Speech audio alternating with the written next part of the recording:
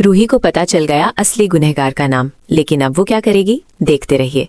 मन सुंदर में आज एक ऐसे पल की तैयारी हो रही है जो इस पूरी कहानी को हमेशा के लिए बदल देगा। रूही एक ऐसी लड़की है जो प्यार में भी सच की तलाश नहीं छोड़ती, और यही उसकी सबसे बड़ी ताकत भी है और सबसे बड़ी कमजोरी भी। नाहर जी को बेगुनाह साबित करना उसका मकसद है, लेकिन ये मकसद अब उसे उस मोड़ पर ले आया है जहां हर कदम एक नई मुसीबत है। उस रात की बात करो तो रूही के जहन में बार बार एक ही सवाल उठता है, अगर दादी ने जहर लिया था रूही के कमरे से तो वो शीतल तक कैसे पहुंचा? क्या दादी सीधा शीतल के पास गई थी या फिर बीच में कोई और था? रूही इस सवाल का जवाब ढूंढ रही है, और इसी ढूंढन में वो एक ऐसी बात नोटिस करती है जो पहले उसे दिखी नहीं थी। शीतल के कमरे की एक पुरानी फोटो में जो रूही ने वैनिटी बॉक्स के शीशे में बार बार देखी थी, एक दूसरी परछाई थी। क्रीम कलर नहीं, बल्कि एक और रंग, हल्का सा धुंधला सा, लेकिन था जरूर। रूही ने पहले ध्यान नहीं दिया था क्योंकि वो सिर्फ क्रीम कलर ढूंढ रही थी। अब वो दोबारा उस वीडियो को घूर के देखती है और इस बार उसे कुछ और नजर आता है।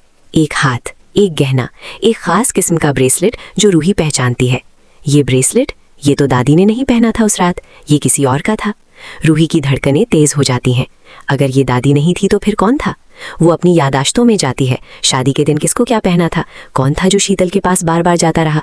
किसका वो खास ब्रेसलेट था? और तभी एक चेहरा रूही के जहन में उभर आता है, एक ऐसा चेहरा जिस पर कभी शक करना उसने सोचा भी नहीं था। क्या ये सच हो सकता है? क्या इस घर में एक और राज छुपता हुआ है जिसे रूही ने कभी खोला ही नहीं?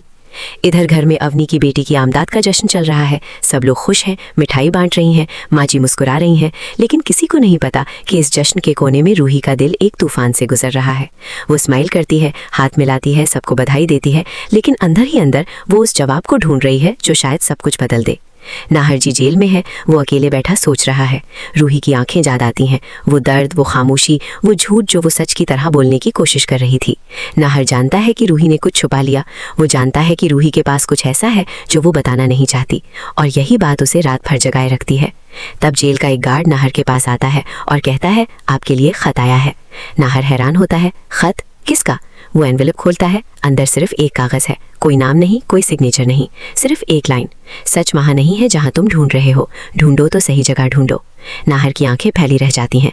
ये खत किसने भेजा? कोई उसे बचाना चाहता है या ये कोई नया फरेब है?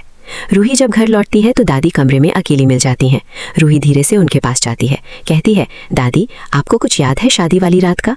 दादी एक पल के लिए रुक जाती हैं, फिर मुस्कुराकर कहती हैं, सब याद है बेटा, बहुत खूबसूरत रात थी। रूही कहती है, दादी आप उस वक्त शीतल के कमरे में गई थीं? दादी की मुस्कान थोड़ी सी ठिठक जाती है। वो कहती हैं, हाँ गई थी, तो क्या हुआ? रूही कहती है, अकेली गई थी। और इस सवाल के जवाब में दादी की आंखों में जो एक्सप्रेशन आता है वो आंसर नहीं देता, लेकिन बहुत कुछ कह जाता है। एपिसोड का सबसे बड़ा ट्विस्ट तब आता है जब रूही को वो ब्रेसलेट वाली लड़की का पता चल जाता है, और वो नाम सुन के रूही के पांव तले जमीन खिसकने लगती है, क्योंकि वो इंसान तो इस घर का ही एक हिस्सा है, एक ऐसा इंसान जिस पर कोई कभी शक भी नहीं करता।